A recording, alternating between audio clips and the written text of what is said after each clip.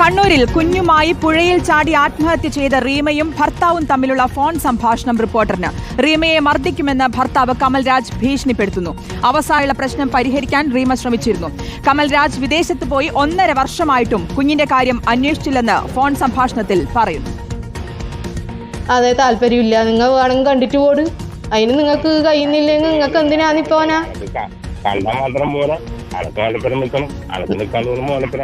നിനക്ക് നിൽക്കണമെങ്കിൽ നീ വേറെ എവിടെയെങ്കിലും പോയി നിന്നോ. നിന്റെ അമ്മച്ചീന്റെ ഒപ്പരം ഞാൻ നിർത്തിക്കാൻ ഉദ്ദേശിക്കുന്നുമില്ല. ഇത്ര വൃത്തിയായിട്ട ഒരു സ്ത്രീ വേറെ ഇല്ല എന്താനും. ഓനെ നോക്കിയെടുത്തോളം ഓന്റെ കളി ഞാൻ വന്നിട്ട് കണ്ടിനി. കുഞ്ഞിനെ വരെ വൃത്തിയായിട്ട സ്വഭാവം പഠിപ്പിക്കുന്ന പെണ്ണുങ്ങള്. എനക്ക് ജീവനില്ലെടുത്തോളം ഞാൻ ഓനെ നിങ്ങളടുത്തേക്ക് വിടൂല. ഒന്നിക്ക ഞാൻ കുഞ്ഞിനെയും കൊണ്ട് ചാവും ആ അവസ്ഥയിലെത്തിനെങ്കിൽ, ഇല്ലെങ്കിൽ നിങ്ങൾ ഒന്നിച്ച് ഞാൻ ഇനി വിടുന്ന നിങ്ങൾ പ്രതീക്ഷിക്കണ്ട. ഇനി എന്ത് നിയമം വന്നിട്ടുണ്ടെങ്കിലും ഞാൻ നിങ്ങളൊന്നിച്ച് വിടൂല. നീ ഇത്രയും നാൾ അന്വേഷിച്ചിട്ടൊന്നുമില്ലല്ലോ, പിന്നെ ആരെ കാണിക്കാനും നീ കൂട്ടിയിട്ട് പോയിനി? എന്നെ വേണ്ടാത്തോനെ ഇനി കുഞ്ഞിനെയും വേണ്ട ആവശ്യമൊന്നുമില്ല. എന്തിനാ നിനക്ക് കുഞ്ഞിനെ പുഴുങ്ങി തിന്നാനാ? ഇനി വെറുതെ കുഞ്ഞിനെയും കാണാനും പിടിക്കാനും വന്നിട്ട് ഇവിടെ വെറുതെ കുഴപ്പത്തിന് നിൽക്കണ്ടേ?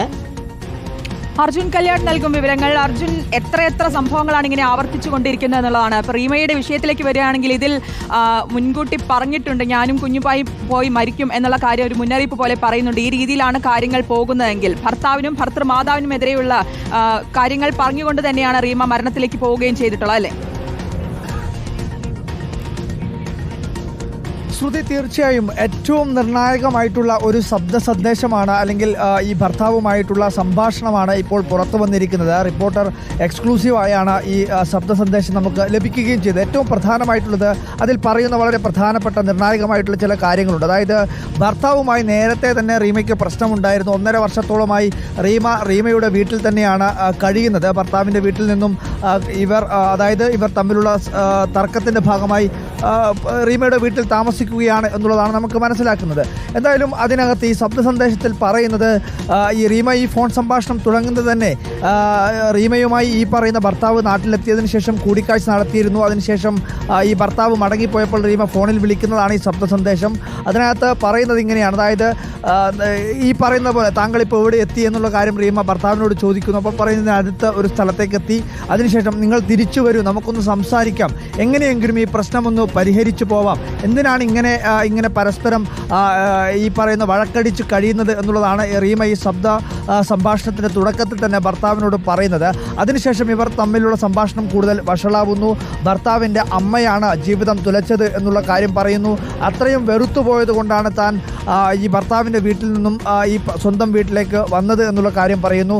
വിദേശത്ത് പോയി 1.5 വർഷമായിട്ടും കുഞ്ഞിൻ്റെ ഒരു കാര്യവും ഭർത്താവ് അന്വേഷിച്ചിട്ടില്ല. എന്നെ വേണ്ടാത്തയാൾക്ക് കുഞ്ഞിനെയും തരാൻ വേണ്ടി ഉദ്ദേശിക്കുന്നില്ല എന്നുള്ള കാര്യമൊക്കെ പറയുന്നു. അതിനുശേഷമാണ് ഇവർ തമ്മിലുള്ള സംഭാഷണം കൂടുതൽ വഷളാവുന്നത്. അതിനുശേഷം പറയുന്നത്, കുഞ്ഞിനെ കാണാൻ എന്ന് പറഞ്ഞ് ഇനി ഇവിടെ വന്ന് പ്രശ്നം ഉണ്ടാക്കരുത് എന്നുള്ള കാര്യം റീമ പറയുന്നുണ്ട്. അതോടൊപ്പം തന്നെ ഭർത്താവ് അതിന് മറുപടി പറയുന്നത്, ഇനിയും വരും, അടി നടത്തിയിട്ടാണെങ്കിൽ അങ്ങനെ അടിക്കുകയും ചെയ്യുമെന്നുള്ള കാര്യം ഭർത്താവ് ഭീഷണിയായി തന്നെ ഈ റീമയോട് പറയുന്നു. സ്റ്റേഷനിൽ പോയി സംസാരിക്കാമെന്ന് റീമ പറയുന്നുണ്ട് എങ്കിൽ കൂടിയും അതിനൊന്നും തന്നെ ഈ ഭർത്താവ് തയ്യാറാവുന്നില്ല. എനിക്ക് ജീവനുള്ളിടത്തോളം കാലം കുഞ്ഞിനെ നിങ്ങളുടെ കൂടെ വിടില്ല, കാരണം അവരുടെ ഭർത്തൃമാതാവ് അത്രയധികം തന്നെ പീഡിപ്പിച്ചിരുന്നു, കുഞ്ഞിനെ വേണ്ടത്ര രീതിയിൽ പരിചരിച്ചില്ല, കുഞ്ഞിന് വേണ്ട രീതിയിലുള്ള ശുശ്രൂഷകളൊന്നും തന്നെ നൽകിയിട്ടില്ല എന്നുള്ള കാര്യം ഉൾപ്പെടെ റീമ ഇതിനകത്ത് സൂചിപ്പിക്കുന്നുണ്ട്. എന്തായാലും ഇതുമായി ബന്ധപ്പെട്ടുകൊണ്ട് നേരത്തെ ആത്മഹത്യാ കുറിപ്പ് ഉൾപ്പെടെ പുറത്തു വന്ന സാഹചര്യമുണ്ട്. ആ കുറിപ്പിനകത്തും സൂചിപ്പിക്കുന്ന ചില കാര്യങ്ങളുണ്ട്. തൻ്റെ മരണത്തിന് ഉത്തരവാദി ഭർത്താവ് കമൽരാജും ഭർത്താവിൻ്റെ അമ്മയായിട്ടുള്ള പ്രേമയുമാണ് എന്നുള്ള കാര്യം ഈ റീമ ആത്മഹത്യാക്കുറിപ്പിലൂടെ ഉൾപ്പെടെ സൂചിപ്പിച്ചിരുന്നു. അതിനൊന്നുകൂടി ഫലം നൽകുന്നതാണ് ഏറ്റവും അവസാനം, അതായത് ഭർത്താവുമായി ആത്മഹത്യയ്ക്ക് മണിക്കൂറുകൾക്ക് മുൻപ് ഭർത്താവ് കമൽരാജുമായി റീമ സംസാരിച്ച ഈ ശബ്ദ സന്ദേശം. അന്വേഷണ സംഘം ഇതുൾപ്പെടെ റീമയുടെ മൊബൈൽ പരിശോധിക്കുന്ന ഘട്ടത്തിലാണ് ഇതിൻ്റെ ഈ സംഭാഷണം അതിനകത്ത് റെക്കോർഡ് ചെയ്യപ്പെട്ടിട്ടുള്ള കാര്യം മനസ്സിലാക്കുന്നത്. അങ്ങനെയാണ് ഈ അന്വേഷണ സംഘം ഈ ശബ്ദ റെക്കോർഡിംഗ് ശേഖരിക്കുന്നതും അതുൾപ്പെടെയുള്ള കാര്യങ്ങളിൽ പരിശോധന നടക്കുകയും ചെയ്യുന്നത്. എന്തായാലും വളരെ പ്രധാനപ്പെട്ട ഒരു കാര്യം തന്നെയാണ് നേരത്തെ പുറത്തു വന്ന ആത്മഹത്യാക്കുറിപ്പ്. ഇവർ തമ്മിലുള്ള പ്രശ്നങ്ങൾ എന്തായിരുന്നു എന്നുള്ള വളരെ വ്യക്തമാക്കുന്ന ഒരു ശബ്ദ സംഭാഷണം തന്നെയാണ് ഇപ്പോൾ പുറത്തു വന്നിരിക്കുന്നത്.